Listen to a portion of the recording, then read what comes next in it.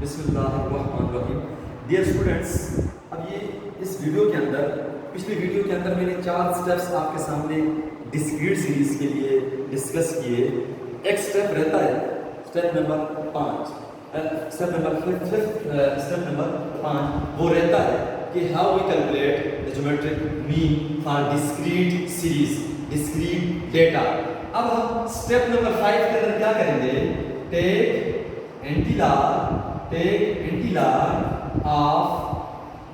antilog of step number 4 and we get geometric mean। कैसे? geometric mean बराबर है antilog of f1 log of x1 plus f2 log of x2 up to fn log of xn divided by f1 plus f2 up to fn। अब ये step number 5 जो हम पिछले video के अंदर डिस्कस नहीं कर सके, तो स्टेप नंबर 5 हम इस वीडियो के अंदर डिस्कस कर रहे हैं। किसके लिए? To find the geometric mean for discrete series. अब मैं इसी डिस्क्रीट सीरीज के लिए मैं एक एग्जांपल के जरिए आपको समझाता हूं कि ज्योमेट्रिक मीन किस तरह फाइंड करते हैं। हम अब एक एग्जांपल करते हैं, उस एग्जांपल के जरिए हम ज्योमेट्रिक मीन को फाइंड कर सकते हैं। हमारे पास क्या है? हमारे पास डेटा है, calculate the geometric mean. Example है, एग्जांपल क्या है? Example calculate the geometric mean, calculate the geometric mean. अब डेटा सेट आपके पास क्या है? डेटा सेट आपके पास क्या है? वेट्स।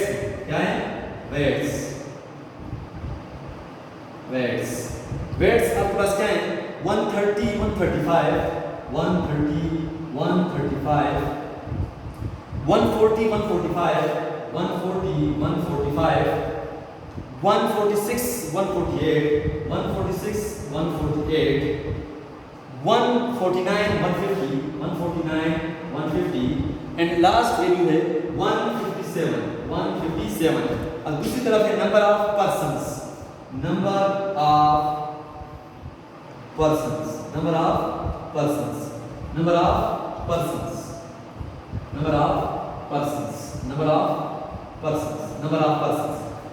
पर्संस क्या है आपके पास? Number of persons 3 4 6 6 3 4 6 6 3 5 2 3 5 2 1 1 1। अब हमारे पास हमने इस डेटा सेट के लिए क्या फाइंड करना है? ज्योमेट्रिक मीन फाइंड करना है। तो सबसे पहला काम हमने क्या करना है? हमने डेटा सेट पे गौर करना है कि ये किस किस्म का डेटा है। अब जब हमने डेटा सेट पे गौर किया तो हमारे पास वेट्स जो है ये हमारे पास x है। क्या है? x वेरिएबल है। और नंबर ऑफ पर्संस हमारे पास फ्रीक्वेंसी है f। हमारे पास वेट्स जो है वो वेरिएबल है x, number of persons frequency है, रिपीटिशन। इस वेट वाले इतने लोग हैं, इस वेट वाले इतने लोग हैं। हमारे पास x है और दूसरी तरफ f है, वेरिएबल और साथ में फ्रीक्वेंसी। तो डेटा किस किस्म का हुआ? डिस्क्रीट का। तो फार्मूला किसका यूज होगा? डिस्क्रीट का। तो हम क्या लिखेंगे? हम सॉल्यूशन में लिखेंगे, सॉल्यूशन में हम लिखेंगे ज्योमेट्रिक मीन बराबर है antilog summation f log of x divided by summation f बराबर है n। ये आपके पास क्या है? ये फार्मूला है। अब इस फार्मूले को देख के काम करें। इस फार्मूले के अंदर आपको क्या चाहिए? पहले नंबर पर लॉगरिथम चाहिए, किसका? x का। दूसरे नंबर पर आपको क्या चाहिए? प्रोडक्ट चाहिए, किसका? Frequency multiply by log of x। और फिर क्या चाहिए? उसका सम चाहिए। नीचे क्या चाहिए आपको? फ्रीक्वेंसी का सम चाहिए। और आखिर में क्या चाहिए? एंटीलॉग चाहिए। तो अब हम एक टेबल सा बनाएंगे, उस टेबल के मुताबिक ये काम बिल्कुल आसान होगा। वो टेबल क्या है आपके पास? हम वो टेबल बनाएंगे। वो टेबल क्या है आपके पास? वो टेबल किस तरह बनेगा कि हमारे पास x है, हमारे पास क्या है? x, ये x x के साथ और क्या है, फ्रीक्वेंसी है। फिर हमें क्या चाहिए, log ऑफ x चाहिए, log ऑफ x चाहिए। फिर अगला कॉलम क्या चाहिए, f ज़रबे log of x, f ज़रबे log of x। क्यों ये मैंने दो कॉलम क्यों लिखे, मैंने इस फार्मूले को देख के ये दो और कॉलम्स लिखे। पहला कॉलम log ऑफ x को मालूम करने के लिए, फाइंड करने के लिए बनाया। चौथा कॉलम ये वाला कॉलम मैंने f multiply by log of x को फाइंड करने के लिए मैंने ये कॉलम बनाया। तो अब मैं क्या करूंगा, मैं x लिखूंगा 130, 135, 140, 145, 146, 145, 146, 148, 149, 148, 149, 150, 157, 150, 157, यहाँ पे एक लाइन है, ये लाइन है। अच्छा, फ्रीक्वेंसी क्या है आपके पास, 346, 346, 35211, 35211। अब हम क्या करेंगे, पहले नंबर पर लॉगरिथम लेंगे। क्या लेंगे, logarithm, log of x, her value का log। अब क्या लिखेंगे, log ऑफ 130 बराबर है, फिर log ऑफ 135, फिर log ऑफ 140, फिर log ऑफ 145, फिर log ऑफ 146, इसी तरह 148, इसी तरह 149, इसी तरह 150, इसी तरह 157। कैलकुलेटर के जरिए, इसके जरिए कैलकुलेटर के जरिए आप क्या लें, लॉग लें। क्या लें, लॉग लें, हर वैल्यू का लॉग लें। यहां से पता चल रहा है log of x, log of x, ये लॉग लेंगे। जब लॉग लेंगे, लॉग लेने के बाद आपके पास जो आंसर आते हैं वो क्या आता है, 2.1139, 2.1139, 2.1303, फिर 2.1416, 2.1416, फिर 2.1644, 2.1644, फिर 2.1702, 2.1703, फिर 2.1732, 2.1732, फिर 2.1761, फिर 2.1959।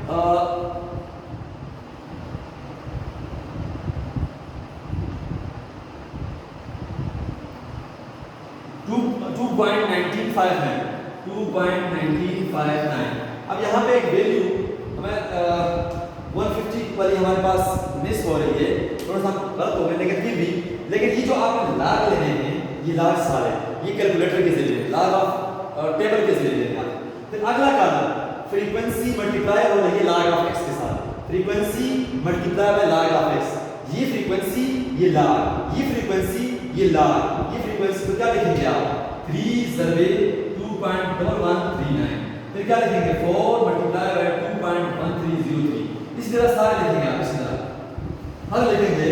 तो आपके पास जो आंसर आते हैं, जो आंसर आते हैं आपके पास, जो आंसर आपके पास आते हैं, वो आंसर क्या है आपके पास, वो है आपके पास 6.3417, 6.3417। अच्छा जी, 8.5212। अच्छा जी, 12.8766, 12.8766, फिर जी 12.9684, 12.9684, फिर जी 6.4332, 6.4332, फिर जी 10.85, 10.8515, फिर जी 4.34, 4.3434, 4.3464, फिर जी 2.17, 2.1761, फिर जी 2.1959, 2.1959। अच्छा जी, ये आपके पास f log ऑफ x आया। फिर आप क्या करोगे, इसका सम लेना है, तो आप नीचे क्या करेंगे, summation f log of x, इस सारे जितनी मल्टीप्लिकेशन है, प्रोडक्ट है, इन सबको आपस में क्या करें, जमा करें। जमा करने के बाद 66.7710, इन सबको आप जमा करें। समेशन का मतलब क्या है, इस कॉलम को आप सम कर रहे हैं। सम करने के बाद आपके पास क्या बना, 66.7710। अब आप क्या करोगे, हमें फ्रीक्वेंसी भी चाहिए, इसके सम चाहिए। मैं लिखूंगा समेशन f बराबर है 7 13, 19, 22, 27, 9, 31। क्या बनता है? 31। फ्रीक्वेंसी क्या होती है? 31। अब इसकी जगह पे 31 डालेंगे और इसकी जगह पे ये डालेंगे, तो क्या लिखेंगे आप? ज्योमेट्रिक मीन बराबर है एंटी लॉग, इसकी जगह पे ये क्या लिखेंगे? 66.7710। ओके, अच्छा जी, नीचे क्या लिखेंगे? 31। अब आप उसी तरह कैलकुलेटर के जरिए सबसे पहले इन दोनों को डिवाइड करेंगे। डिवाइड करने के बाद जो आंसर आता है उस आंसर का आपने एंटी लॉग लेना है। कैसे? Shift log answer, shift log answer equal to इसका जो आंसर आता है उस आंसर को आपने एंटी लॉग लेना है। तो एंटी लॉग लेने के बाद आपके पास बनता है 142.5, 142.5। This is the geometric mean of this data set, कि ये जो मैंने फाइंड किया ये ज्योमेट्रिक मीन है इस डिस्क्रीट सीरीज के लिए। किस तरह किया? पहले नंबर पर log ऑफ x फाइंड किया, हर वैल्यू का log लिया। दूसरे नंबर पर फ्रीक्वेंसी को log के साथ मल्टीप्लाई किया, फ्रीक्वेंसी ज़रूरी log of x, frequency log, frequency log, frequency log, ये वाला कॉलम आया। फिर इसका सम लिया, इस सम को उठाया यहाँ पे डाला और इसकी जगह पे इसकी सम को डाला 31, डिवाइड किया, आंसर आया, उस आंसर का एंटी लॉग लिया। क्या लिया? एंटी लॉग लिया। ये तो आपके पास आया डिस्क्रीट सीरीज। डिस्क्रीट सीरीज को आप कैसे फाइंड करते हैं, किस तरह आप स्टेप वाइज फाइंड करते हैं डिस्क्रीट। आखिरी जो हमारे पास रहता है वो रहता है कंटीन्यूअस सीरीज। क्या रहता है? Continuous series. तो कंटीन्यूअस सीरीज के लिए आप क्या करते हैं कि कंटीन्यूअस सीरीज या group frequency distribution, geometric mean for continuous series या group frequency distribution, geometric mean for continuous series या group frequency distribution, geometric mean for continuous series या group frequency distribution, for group frequency distribution. Okay, अब हमारे पास मैं क्या लिखूंगा? Geometric mean for continuous or group data, group data, continuous series या group data किस किस्म का होता है आपको पता है? हमारे पास क्या होती है? क्लासेस और सामने क्या होती है? फ्रीक्वेंसी। 0 से 1, 1 से 2, 2 से 3, F1, F2, F3। इस किस्म के डेटा को आप क्या कहते हैं? कंटीन्यूअस सीरीज या ग्रुप डेटा कहते हैं। अब इसके लिए ज्योमेट्रिक मीन किस तरह फाइंड करते हैं? फार्मूला वही यूज होगा जो डिस्क्रीट वाला है। किस तरह? ज्योमेट्रिक मीन बराबर है anti log summation f log of x divide by summation f बराबर है n। ओके, वही फार्मूला यूज होगा, लेकिन डेटा इस किस्म का है। अब यहाँ पे इस किस्म के डेटा के अंदर हमने हमारे पास x नहीं है, x नहीं होता, तो हम स्टेप्स कौन से फॉलो करेंगे? स्टेप्स। अब स्टेप्स जो फॉलो करेंगे ज्योमेट्रिक मीन को फाइंड करने के जो हमारे पास स्टेप्स हैं उन स्टेप्स को फॉलो करना है। पहला जो स्टेप है, पहला स्टेप क्या होता है? हमारे पास चूंकि x इस किस्म के डेटा के अंदर हमारे पास x नहीं है, तो हमारे पास x कहां से आएगा? मिड वैल्यूज से, मिड पॉइंट से, मिड वैल्यूज। तो अब क्या करेंगे? Find out the mid values of each class that is denoted by x or n। पहले नंबर पर क्या करेंगे आप मिड वैल्यूज फाइंड करेंगे। उन मिड वैल्यूज को किस हर क्लास के लिए मिड वैल्यू फाइंड करेंगे, उसको या x लिखेंगे या m लिखेंगे। दूसरा step, find out the logarithm of each mid value x, that is log of x। क्या मतलब इस बात का कि हर मिड वैल्यू जो आपके पास है उसका क्या लेंगे? log of x। तीसरा step, find the product of log of x with respect to frequency. क्या मतलब इस बात का? f ज़रबे log of x कि उस log of x को फ्रीक्वेंसी के साथ ज़रब दें तो f log of x आ जाता है। चौथा step 8 up all the products that is summation f log of x, यानी कि जो आपने प्रोडक्ट्स दिए हैं उन प्रोडक्ट्स को क्या लेना है चौथे स्टेप के अंदर आपने सम लेना है। पांचवें स्टेप के अंदर divide the summation f log of x by summation f।